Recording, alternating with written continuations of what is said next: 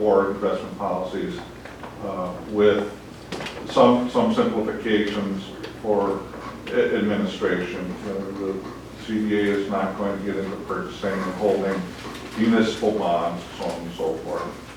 The original MOU,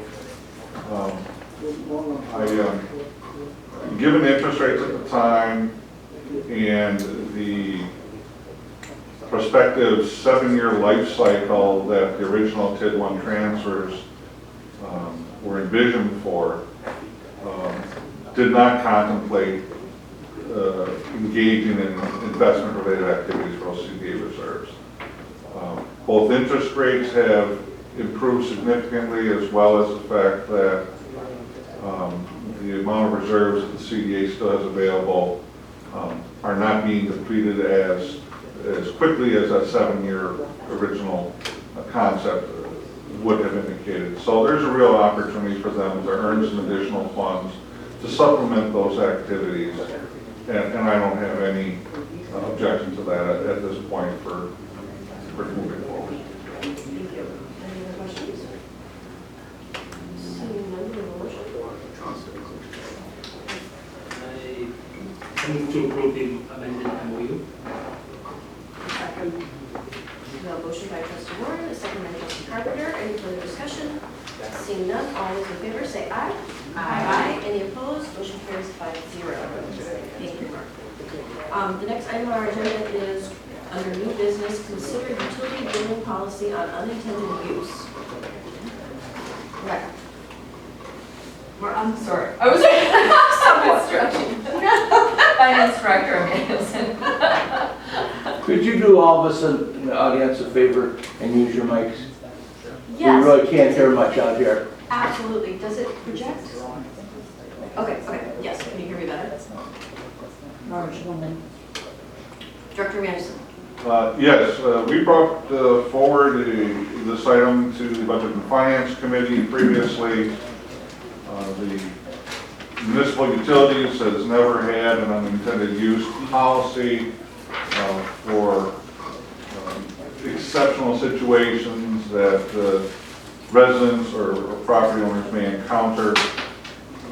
We had some discussion on that. Direction was given to bring back a formal policy for consideration, which is really what we've done here. And the real purpose is to limit the downside from a fiscal burden when you have a significant water system failure at a property. So we believe that this, staff believes that this accomplishes that. Well, it certainly doesn't minimize the impact of a failure. It does put a cap on it that is at least significantly more manageable than where the current situation would be. Thank you. Any questions? Seeing none, this one's committee. Yes. Can we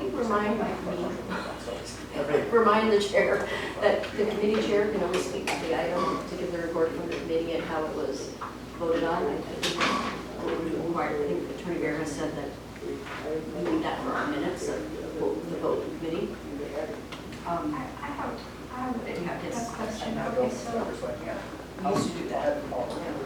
Okay, so the way it would work is if your bill, if you have a toilet leak or something and your bill is 4 times your average usage for your property, your average water usage, or 100 CCF, whichever is greater. But up in the fiscal impact, you say a typical 100 CCF utility bill would result in $850 in charges. Okay, that's, so That's basically the cap that we're saying. okay. If you have So a plumbing a failure, typical bill is not 100 CCF. Quarterly bill you're talking about. no, correct. For a situation where there were this would be an unintended use and it was 100 CCF, the homeowner would still be responsible for about $850 worth of charges for that bill at 100 CCF. At that point, the unintended use policy kicks in for charges above and beyond that. Now the policy allows for a partial reduction in water usage fees consistent with the legislative restrictions imposed by Public Service Commission, which regulates our water utility. But sewer utility, we have a little more latitude for, and those charges would be written down in accordance with the unintended use policy. So, Oh, okay, my question is though, so it would kick in at 100 CCF per quarter, or if you were a big water user, 4 times. that's your- correct. So it could be Whichever is 100 or it greater. could be more if you were a big water user. But then once it gets to 4 times your regular bill, then this policy would kick in. Or if you're like most people, it would be 100. If the floor starts at 100. That's correct. And the reason we word the language that way is, quite frequently there's unintended use that doesn't reach anywhere near this magnitude. And the concept is to administer a policy that really is a very unusual and an extreme situation for our customers. Because I'm trying to remember because this is different than what we talked about in the committee, and I'm trying to remember. It used to be 3 times and 50 CCF, and the guidance received from committee was to move that to 4 times and 100 Which committee did this CCF. go to? It was the budget and finance. Okay. And in the committee, that was what we talked about, was that we did want to put, if you had a leaky toilet, that you as a homeowner did not identify, we did want to put some responsibility on the homeowner, but not, but then if there was a catastrophic water loss, that they would have some responsibility but not bear all of it. So increasing those amounts still gives them some responsibility but not all of it. Okay. Trustee Moore? And I'm sorry, maybe it's getting a little late. I'm trying to piece together what the discount is. I understand the floor, but the way the memo is put together, I'm trying to piece together what the discount actually is. Can you walk me through that? Well, basically, it's utilities return on investment for water services of the current PSC tariff. And that is going to change over time. Right now, it's 7.5%. So for water services above 100 CCF or 4 times typical usage, whichever is greater, the customer would receive a 7.5% discount on water fees and 100% discount on additional sewer charges. So that's, Give us a number, like, if it's $100 and all of a sudden they have all this water loss, can you just give us an example? well, that's what the fiscal impact note does. If it's 100, it would be $850 in charges. A typical 200 CCF utility bill is $1,950. So it's about a $1,100 difference. The credits under this would be about $960. So even though it was 1,100 or whatever you just said, in additional water, you're crediting that, so they're only getting charged for, sorry. So, okay, so I think, okay, once you hit up, so let's say you had a 250 CCF bill because you have a big leak. This wouldn't kick into 100. So the next 150, you would get the discount of the 7.5% on that 150 over the 100. And No then, additional charges for sewer, right? and then, right, and the But you sewer pay for charge, the first you would one, pay the sewer charge on the 100, but not on the 150 additional amount. Is that correct? That's correct. Trustee Moore? Okay, so on water, it's 7.5%, you get 7.5% discount. On sewer charges, you don't pay anything above that 100. Correct. Under current, And why is that? Why the sewer charges? The sewer is our utility. Okay, We're so not you're not paying regulated out by any. PSC. In PSC, is that what you're saying? our water utility is regulated by the state. Sets Okay. the amount we can do. So, but we're just taking the loss then? If there's a catastrophic event and there's a sewer, and we're waiving all fees for sewer, right, so the village is just taking the hit because it's ours? Well, the village is not billed for sewer services in that manner. Okay. Our rates are designed using the same metrics that we do for water services. So that's where we come up with our rates. But those would be windfall revenues if we bill for them to the utility. If there's no increased expense to the sewer utility for that. Okay. No increase in expense. Okay. Any other questions? Seeing none, do I have a motion? I'll move to approve the utility billing policy for unintended use. Second. And can I ask, before you take the vote, in committee, was there a vote? I think we were all in, this was we were all in. Is it 3-0? Okay. Yeah. Just reading those documents, we'll start doing that. Okay, all right, we have a motion and a second. All those in favor say aye. Aye. Any opposed? Motion carries 5-0. Thank you. Thank you. The next item on our agenda under new business is to 9D, consider legislation limiting the sale and use of vaping devices, accessories to minors, and prohibiting smoking and vaping in public spaces. Who's doing this one? Hi. Director Ann. I wish my children told me that. So thank you for this chance to bring this to the board. You see in your memo the timeline and history of this proposed ordinance before you. Started in April with one of the residents of Shorewood, Rhonda Peer, who's here tonight to talk about this. But we're here as the North Shore Health Department in support of this proposed ordinance change, which would do a number of things to expand public health in the village of Shorewood. Rather than going through the history as I did in the Public Safety Committee and the Parks Committee, I will open it up for questions if there are any about today's proposed ordinance change. Thank you. And did this went to public safety, Trustee Warren? This did, this went to public safety, and the recommendation of public safety, correct me if I'm wrong, Trustee Bachhorst, the vote was 3-0, and I think the recommendation ultimately was to prohibit e-cigarettes both indoors and then in all parkland as well. I'm a little hazy on that part, because and I was thinking about that tonight. I think that what I understood, but I think you are accurate about this, but I'm going to change my opinion on that slightly. Just I would prohibit this for minors in the same areas where cigarette smoking is currently. Thank you. And we'll note that too. But as the committee, just so she can put it in the minutes, the committee, this motion moving forward was approved at the committee level at 3-0 at that time. I remember the vote being 3-0, yes. Okay. We can go back through and look at the minutes, but I remember it being 3-0. Thank I you. mean, I guess But that's I would okay, ask yeah. procedurally that unless we have clarification that we don't, Yeah, that we don't record something that without actually having a record of it. yes. Yeah, so just check the minutes. Yeah. Yeah, thank you. And just to clarify what I'm doing, in the past, we've had Attorney Beer, we talked about minutes, and we were taking minutes in committees, but the chair would always report out on items that went to committee, and then they would open it up and you could ask questions of staff. And that way the chair really is taking ownership, we understand what's coming out of there, what the recommendation was, what the vote was, if there was no recommendation.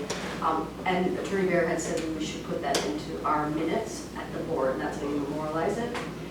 But the vote at the board level, you can change your vote, as Trustee Bachhorst has stated, it doesn't make a difference, but just to report out on what happened in committee, Trustee Bachhorst. And if we're going to do that, I recommend that we do that the same evening while all members are present. Because if we're making an official report on, on a committee at the end of the evening when we have board reports, we can say as discussed in committee today. That way, we've gotten into trouble as a board before in changing minutes or doing things when certain more board members are not here. So I agree that it's great to have documentation of that. So I would say that we should do that at the same evening in which the vote had occurred. Because now Trustee McKeag isn't here, so Right, so I think what I just moved a motion to Rebecca, since this is new to this group, and actually putting it into the minutes of the board, is before it comes to board in the memo, it'll say how the committee voted out. So they'll check the minutes or the tape. And so that way we don't have to waste time at the board meeting, but staff can do that for us, and then it'll be in front of us. And that way I know who to call on, and did it go to committee, and some things do, some things don't. So it'll be a little more clear for me as a chair, and then clear for the committee. I'm fine with that, yeah. Okay. But going backwards and then, recounting and trying to piece together, I don't think that that's fair for any of us to do. Okay, sounds good. All right, Trustee Menta?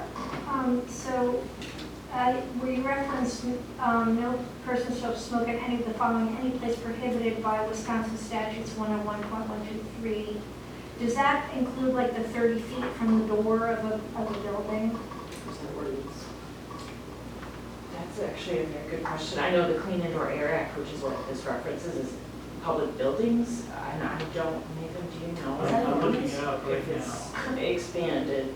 At the time that this was enacted in state legislation, it did not include the 30 feet. So I'm not sure if they've amended. But is the 30 feet an ordinance or a state requirement? Sorry, I don't know. This is the state statute we're referencing. Prohibition against smoking.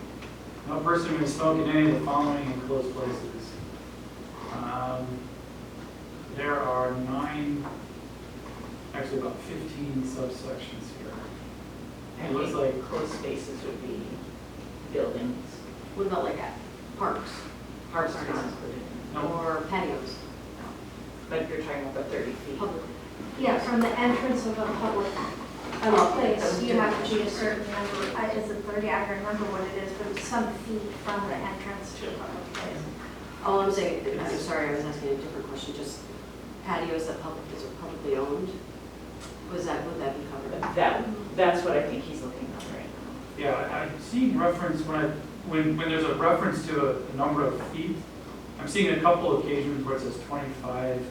Like for example, here in sub D4, it talks about 25 feet from a residence or dormitory hall that's part of the UW system. It's a state. I'm not seeing 30 feet as a reference. Well, I guess what I'm saying is it's Sure. paralleling whatever rules there are about cigarette smoking, so. That's the. That's right. Right. Do we have additional, I guess what my question was, do we have on our books, as local ordinances, additional, that 30 feet from the school entrance, or is there anything more that we have than the state You've currently adopted the state statute. for cigarettes? Yeah. And that doesn't cover public places, patios, outdoor, it's just indoor enclosed spaces that are public? Yes. Okay, I just want to be clear. We're talking about a couple of things here. You're talking about cigarette smoking, or tobacco product, and then today's ordinance before you is electronic cigarette usage expanded. I think it's just, Yeah. Trustee Bachner said brought up mirroring, correct, please correct me if I'm wrong, but mirroring where we currently prohibit cigarette Right. smoking. Right. And that would be what the state statute says, so it would not be as onerous as what this is. Right. Okay. This is more strict than current state statute. By limiting all public spaces, outdoor, indoor. When you say public spaces, you're including parks? Yes. Including, The specific language in here says excluding parkland as one option, but including parkland is another option, and that would be more restrictive for current cigarette smoking as well as electronic cigarette smoking than this state statute. Just buffers. okay, so, and I understand that, and we're not talking about exclusively for minors at this point, are we? Correct. No. So we're not we would be excluding. in essence prohibiting, okay, so there are a lot, I'm bringing this up for a variety of reasons. But one is that when people are going through a variety of smoking cessation programs, weaning themselves off of cigarette use, they are going in a different direction, and e-cigarettes is one of the ways that they're doing that. Right.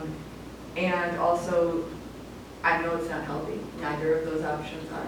Right. But, and I know there's plenty of evidence that, even the e-cigarette is not good for you, but there's also a lot of information out there saying it's much better for you than cigarette smoking.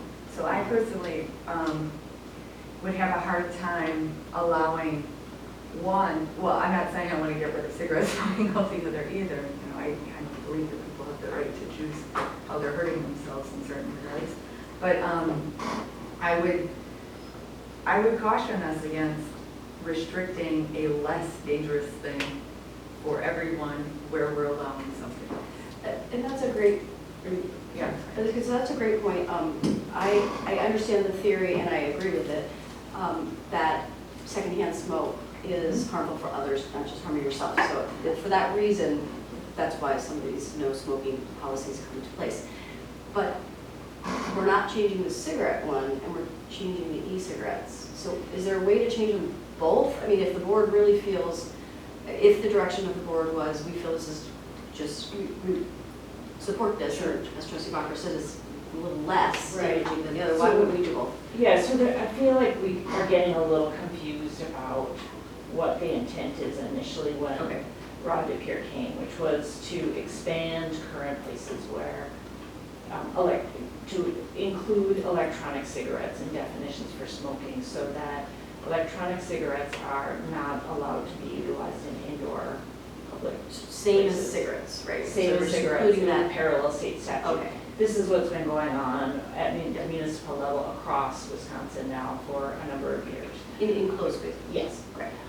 Then further discussion happened in looking at the proposal that it said excluding parkland. So then another conversation started about expanding places where smoking as well as electronic cigarettes would be prohibited to include Yes. the parkland, which specifically the discussion was had around the beaches in Atwater Beach. Right, I remember the whole discussion. The Yeah. question is, are we agendized if the board wanted to, I'm not saying that Trustee Bachhorst would support that, I'm just saying Yeah. if the board felt that was the direction to go for e-cigarettes, and I remember that discussion last time, can we also include can we include for cigarettes as well? Like, can we do it all at one time? Or do we have to do just e-cigarettes today, the additional parkland? So the way that the motions have been put before you are you can consider one element of that, which is just the electronic cigarettes in indoor places, similar to parallel Okay, state statute, Same or you state can law. add the parkland. It's been, the motion is in I get there. it, but if the board's will was to end the second part, Yeah, I'm assuming that the board's will would be the same for cigarettes. I mean, Well, the Yeah. park, it says here, the park commission recommendation is to keep the existing ordinance the same, excluding parkland from any prohibition on e-cigarette and cigarette use. But they Yeah. want to exclude parkland. But I guess the question. oh, they were excluded, I'm sorry. Yeah, the Parks Commission said, do it for indoor Not e-cigarette okay. and leave parkland the way it is. so that you would be allowed to smoke both cigarettes as well as electronic cigarettes in parkland and at Atwater Beach. I mean, But are we- I agree that it kind of doesn't make sense. I mean, I'm personally am supportive of excluding both cigarettes and e-cigarettes from the beach and parks. And can we adopt a motion that I way? don't know, Nathan, That was can my we question. do that tonight is under the current agenda? I thought that was in here. Not the cigarette I mean, part. well, it'll obviously take some additional amendment to the ordinance. And then I would bring that, just to make sure that's exactly as the board wants it, I would want to bring that back. And then have you, go ahead. That's, Trustee Moore. I mean, maybe I'm misreading this, but I'm not seeing a place to do that. I'm seeing that we can ban e-cigarettes in both places. I don't think there's a Right. mechanism by which to do all of that. I think we could ban e-cigarettes in indoor places or indoor places in parkland, but I don't think we can ban e-cigarettes and regular cigarettes in That's my parkland. question. Well, okay, but our agenda is for prohibiting smoking and vaping in public spaces. Oh, it's just smoking? That's, it says that's how. Does it say e-cigarettes? Oh, They read it? No. Vaping is the same. The way the ordinance is in the packet is the ordinance expands the definition for smoking, which includes regular tobacco cigarettes, as well as electronic cigarettes, and then It does change it. discusses where that behavior is prohibited, okay. which includes places where it's prohibited by state law, as well as, yeah, so Okay. if you, the phrase is just says excluding parkland, so the motion before you is to either approve this ordinance as it is, which says exclude parkland, or amend that to include parkland. For both cigarettes and Which would be e-cigarettes, for because the both definition now cigarettes, has both. yes. Okay. So I So think, it would be both. is that under E then? It's E sub C, right? We're talking about, no Yes. person shall smoke in a fountain. Correct. Because now, you basically just included the definition of e-cigarette with cigarettes. Right. And so in addition to excluding smoking in any place prohibited already by 101.123 in any enclosed area prohibited by 101.23, you've got really sub C as the crux of it, all municipal premises excluding parkland. Correct. But So it- it's- you can do it either way, including or excluding. But it includes both. Right. Trustee Moore. I'm curious as to, Rebecca, maybe this is a question for you. The Parks Commission, now, are they recommending that we exclude parkland from any prohibition on e-cigarette smoking, or are they recommending that we defer action on that piece in order to get more public input? Because What was one of the what was the intent? They had recommended keeping the existing ordinance the same, which would mean excluding parkland from any prohibition on e-cigarette and smoking. And I think part of the discussion behind that, as it was relayed to me, was, you know, we haven't had any type of public engagement relative to whether that's something, does the community want this, does it not? At the time the committee met, we also had not heard back yet from operator Russ Davis, who you all know we have a lease with for Hubbard Park. And, you know, in my conversation with him, you know, he is someone that personally is, you know, doesn't care for smoking, would prefer it not be here at all, but it's, could be a challenging thing when you go to lease a space out for a wedding. Yeah. So, or perhaps if there's someone who comes and patronizes the beer garden, you know, they can't smoke there in some applicable spot, that they can also pick a different location. So, you know, Esterbrook Beer Garden, for example, has an area, you know, where people can go to smoke. It's not prohibited completely within that park system, but there's apparently an area. But why would it, because it's allowed, so why would they have an area? It's not, actually, I did some research on Estabrook Park, and it is not allowed in the beer garden on the premises. It may be allowed in Yes, designated areas or It's an area off-site. off to the side. Yeah. You know, so just some different ways, you know, you become far more observant now when you go to a public park. Right. I have a question though, because it's saying parkland, the patios, is that covered now? Like, A so private like you have a indoor village hall, and yet the space in between village hall, we own it, it's a public space. Is that included? It's not parkland. I'm saying with this change. Can you Well, smoke this would say all in between- municipal premises, so given the. All premises, Yeah, outdoor, indoor. all municipal premises is what Okay. this ordinance says. And then you can choose park. Correct. But, okay, Yeah, so it would be outdoors, which is more restrictive than the state statute. correct. Okay. Trustee Mark. And then trustee Mathews. Sorry, I was gonna make a motion, but go ahead. I was gonna say, for me, it's kind of a no-brainer to ban it in, to make it near the state statute. I mean, I think that I do take the Parks Commission's concerns to heart. I mean, I guess, you know, in my ideal world, I wouldn't want this to fall off the agenda or get lost. So my ideal world would be aligned with the state statute today and maybe get a little more input on parks and how you want to go forward there. I mean, given some of the things Estabrook's done. But I think, go ahead. I'm just asking, just for clarification, are you saying that potentially you'd be okay with having outdoor spaces designated spot, like an airport, like a designated spot? So you don't want to prohibit it, like? Yeah, I mean, I just think that answering those types of questions is something that I'd like to at least look at. I mean, in theory, I'm very much in support of limiting this, but I just want to make sure that we get the kind of public input. And is Hubbard Park a municipal facility?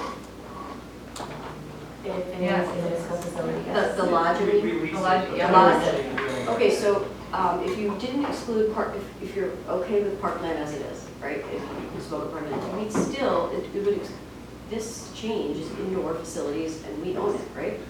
So it would apply to Hubbard Lodge, Hubbard Lodge. Well, that's Inside. Inside, Only right? the inside. Okay, Yeah, and actually Hubbard Park, they don't allow smoking at the beer garden within 50 feet of the premises, just as a private decision of okay. Trustee Carpenter, and then, did you have something? No, I Nope, was- trustee- I- Oh, no. trustee Mentor, and then first. I want to make a motion to keep the, to prohibit e-cigarette in all places that the state bans smoking, but excluding in municipal premises, but excluding parkland, and to direct staff to return with a discussion of both cigarette and e-cigarette smoking in parks and at Water Beach. I'll second that. Okay, question, am I under the right one here? Are we talking also about vaping? Yes, electronic cigarettes. Is vaping, Yes. they're not different. They are not. Listen, Really? Okay, Trustee Bachhorst. Okay, so what I'm hearing from the motion, the trustee messages, that the e-cigarette for now, tonight, if we would consider moving it to parallel what the state statute has currently for cigarette prohibition, which does the state statute currently, we would be some leaders in this. I mean, Madison's probably a leader in this, but maybe not. Yeah. So it's the city of Milwaukee. So, And I'll call Okay, it, what's the board members from. so that's what her motion says then, right? But does it also include municipal No. Municipal premises. but premises? Parkland would be a new thing that Shorewood is doing that other places. I thought that she said excluding Parkland. Yeah, but does it include municipal, In other words, you can smoke in the park. or could you smoke in Harbor at large?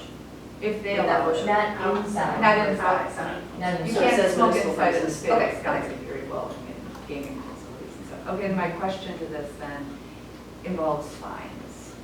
So currently, anyone under the age of, what is it, 18, who is smoking cigarettes would now, well, no, I guess this is a two-part, would now be fined for smoking in a public area. Would they also receive a fine? We're not changing the fees for fining underage. Right, just inserting the word e-cigarettes. So it's the same. It just won't seem. Right, but, okay, but there are two different things that someone underage could get a fine for smoking, let's just take tobacco right now, for smoking cigarettes, period, because they're underage. And then could they also receive another municipal fine for smoking cigarettes in one of the banned places? No, No, it's going to be Be exact one. it's just one. Okay. Is that correct? Yeah, okay. Can you repeat the motion? I'm going to try, I didn't catch the end, I'm sorry. Recommend to prohibit e-cigarette in all indoor places that the state bans smoking, excluding parks, and to direct staff to return with a discussion of smoking e-cigarettes. In the park. But but the agenda item says discuss limiting the sale and use of vaping devices, accessories to minors. Where'd that go? Like, are we just not addressing that? No, it's already within the scope of the recommended ordinance. This is just one part of the entire ordinance. So is the motion No. supposed to say, we're approving this ordinance? Because it's more than just limiting.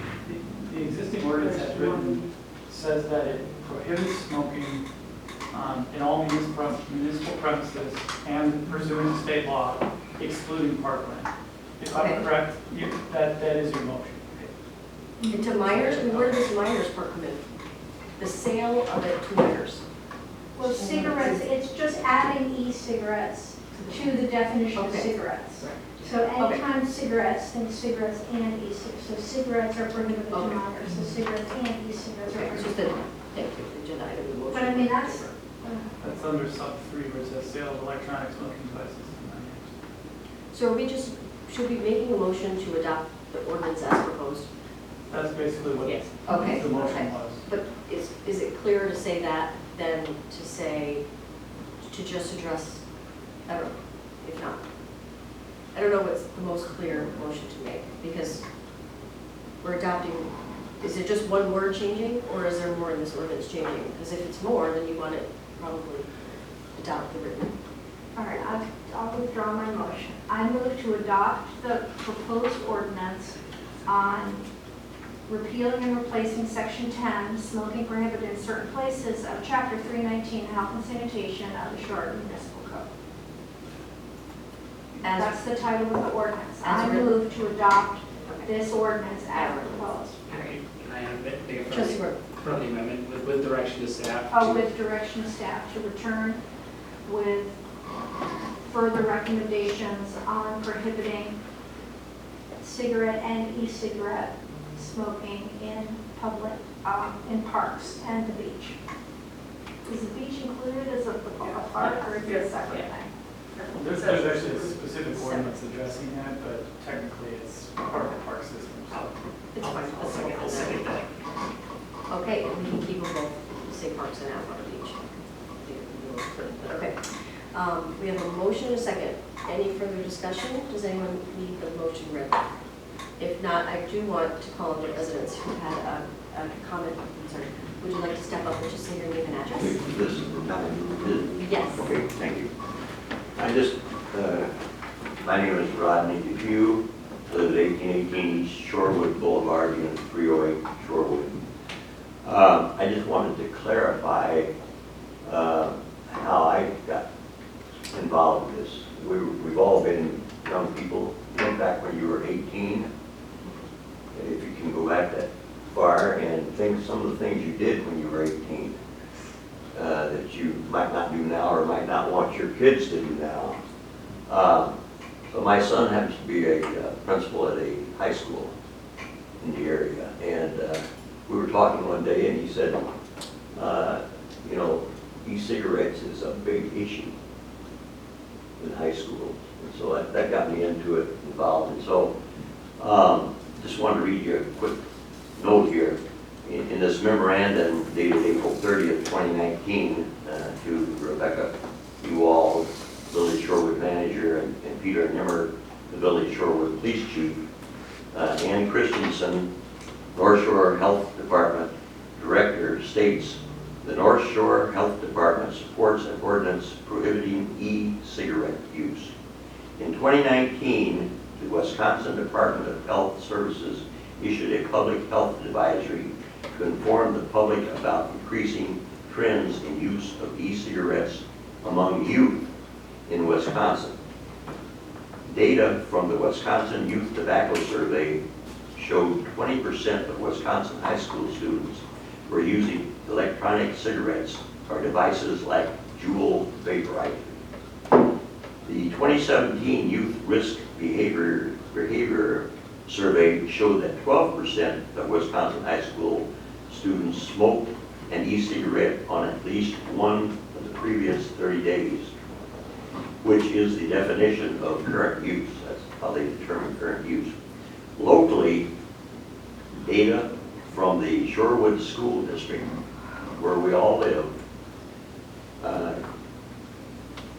states that, and it was collected in 2017-18 school year, showed that 30% of high school students having used an electronic vapor product on at least one day during the previous 30 days, or uses it. In comparison to only 4.4% of Shorewood high school students said that they smoked cigarettes at least one of the previous 30 days. So in 2017, 12% of Wisconsin high school students smoked an e-cigarette on at least one of the previous 30 days. And in Shorewood, during that same time, 30% of Shorewood high school students used an electronic vapor product on at least one day during the previous 30 days. In comparison, only 4.4% of Shorewood high school students said they smoked cigarettes on at least one of those previous 30 days. So what does this tell us? I think you know the answer. 12% of Wisconsin high school kids vape, while 30% of Shorewood high school students vape. And think back when you were 18, you probably would too, right? You got a chance to look around the corner. So does Shorewood care about our kids? I mean, we're talking about what we want to put in, but do we care about our kids? Because that's where we all got, if you smoke, that's where you got started as a youngster. Other municipalities in Wisconsin have such legislation already on their books. Ashwaubenon, Greenfield, Janesville, Madison, Milwaukee, Ozaki, and Wausau. So let's add Shorewood to that list. Be the first ones on the North Shore to do it. So that's what I challenge you to do, and I think you're about ready to do it. Thank you. Thank you so much for your comments. Any question for Mr. McHugh, trustee first? And I appreciate that information. The one piece, and I don't want to engage in a back and forth here, so forgive the question, but of course I'm going to ask me what I want. But so you had mentioned that across the state of Wisconsin, 12% of students in the last 30 days have used e-cigarettes, whereas Shorewood 30%. The piece of data I maybe didn't hear or wasn't communicated was And you said that 4.4% of Shorewood High School students have used cigarettes in the last 30 days. But what is the statewide level The statewide level. in the last 30 days? This was in the data Ms. Christensen That's what. mailed to all of you. 30% of. But it was, Show there's no high school students. No. Okay, so Shorewood, 30% of high school students have You used. know, in comparison, only Shorewood is 4.4. That's cigarettes. Cigarettes. Trustee Dockhorst, I don't know the exact number, but my recollection is it's about 8%. 8%. Okay, and the reason I ask is because if we want to show a correlation between something that's far worse and something else, I mean, because we only have 3 data points here instead of 4, so we can't really draw a really appropriate conclusion on that, because 12% of Wisconsin students smoke in the last 30 days an e-cigarette, but it could be up to 30% smoke regular cigarettes, whereas we have the opposite here in Shorewood. Am I being clear? Could you just restate, if it was 8%, give us the 4 data points? So I'm not positive on the 8%, that's my recollection of the most recent current cigarette use for youth, Wisconsin youth. So the data points that you're referencing would be from 2017, just to remind us of that. So in the state of Wisconsin, about 12% of youth from that time period, 2017, are smoking electronic cigarette devices, electronic cigarettes. 8% smoking traditional cigarettes, compared to Shorewood, where you have roughly 30% of kids smoking electronic cigarettes and about 4% smoking. And that's also from 2017 as well? Yeah, and that's all 2017. The 2019 data we have. Interesting. Yeah, I was just looking at the 2017 for Wisconsin. Percentage of students who smoke cigarettes one day during the last 30 days for the state is 7.8, and for Shorewood was 4.4. Thanks. Thank you. Yeah, all right. Any other comments or questions? Trustee Carter. I'm definitely vote for this, and I really would encourage us as a community to work toward the smoke-free parks. As somebody who has a lung disease and a child with a lung disease, this is something that does not just affect the individual who is smoking, and I think that that data has not come out with the e-cigarettes. There's not enough studies and not enough research to show that that does not affect people in the vicinity. So I will definitely support this and hope that we can move forward to a smoke-free public space in the future in our community. Okay, I just have one last question, thank you.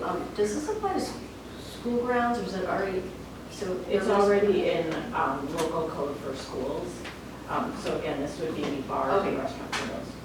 Okay. All right, any other questions or comments? I just want to echo Trustee Carpenter, I would like to be a first to limit smoking in public spaces. I don't know what form that would take, maybe a less restrictive would be if this was a designated area, like in Estabrook Park, but so I don't know which one I would support, but definitely cutting back on where people can smoke in any way is a positive. Just Yes, Trustee Carpenter.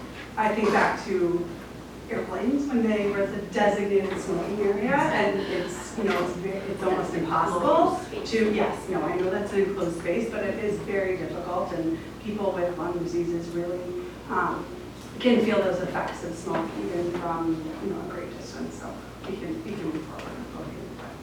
Great, thank you.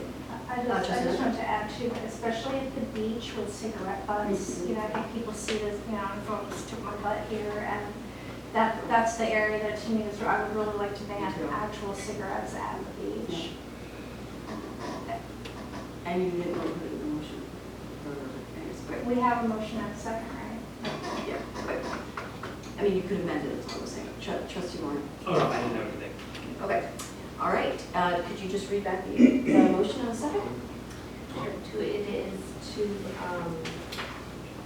adopt the proposed ordinance repealing and replacing section 10, smoking prohibited in certain places of chapter 319, health and sanitation of the Shorewood Municipal Code, and to direct staff to further investigate prohibiting cigarettes and e-cigarettes in parks and benches. Okay, we have a motion and a second. Any further discussion? All those in favor say aye. Aye. Any opposed? Motion carries 5-0. Thank you. Thank you, Mr. Thank you. Trujillo, for your comments. Look forward to seeing more discussion on that we talked about. The next item on our agenda is to new business. Nope. Yes, nope, yes, yes. New business. 9E, consider prioritization of 2020 initiatives. Rebecca? So we had some additional thoughts on the station and this was included in your packet with a memo which outlines the recommended priorities for implementation of the fund as reflected in our There's, before anyone makes a motion, if I can just chime in committee, there was discussion on the welcoming ordinance, like of coming back, having staff come back to us with one list after we adopt these, saying what we've already sent to committee, what we're working on that's not completed in 19, and then what additional is this. And one of the things, for instance, is the comp plan. That is going to go to planning commission. It's currently not listed anywhere. It's listed in the Work plan that, in the work plan under planning and development right now. we haven't adopted that work plan yet. Your work plan. I'm sorry, could I, no, this is in the beginning of the packet? Yeah, it's under committee of the whole. So that's where I got confused, like at some point, the board, maybe it's just reporting back, but it's in the current work plan, comprehensive plan. I probably just provide you with an updated copy of whatever, however the work plan shakes out on the Okay. budget in December. Well, there's two things going on here, and I apologize if I'm repeating myself. The first is, like, we talked about comp planning in our prioritization. So it wasn't in committee, it wasn't in the departments, it was in a request. But we agreed we were going to move forward with that, and it's not showing up anywhere. So at the last meeting when we did have committee of the whole, and other trustees can chime in, but it was my understanding that we had talked about the fact that the comp plan is wrapped up in some of the things that we are doing. Overall, it is a priority of the village, and it's being supported by some of the initiatives that we did discuss, such as one that's in motion now through the CBA, which is the 2019. It should show up under planning commission, because that's the board. The planning commission is the one, at least that's how it was presented at planning commission, was we prioritized that as our number one priority and sent it to the village board. And so we talked to. Did come up under planning, then it's likely listed under planning commission in the chart. It's not. It's not under planning commission right now in any of the, in the memo or the chart in the packet, but it might be in the work plan somewhere. I just don't, that work plan is not here. So all I'm saying is because it was part of prioritization and it's not showing up in our packet right now. Why don't we make a motion with coming back to that? Like Yep. if that was omitted or whatever, however we want to do it, it could be brought back after this. So in committee of the whole, that's a great point, Trustee Bunkers. In committee of the whole, what I just asked for is we can adopt these new initiatives. One of them was the comp plan, but we also talked about the welcoming ordinance and that it would be the second part of the race-related education on, I can't remember the. Yeah, and Trustee Warren and I felt strongly that that is stated somewhere, that it was the second part, so that it didn't just fall off the, but there is in our packet what is happening right now in committee, like what's on the future agendas for committees.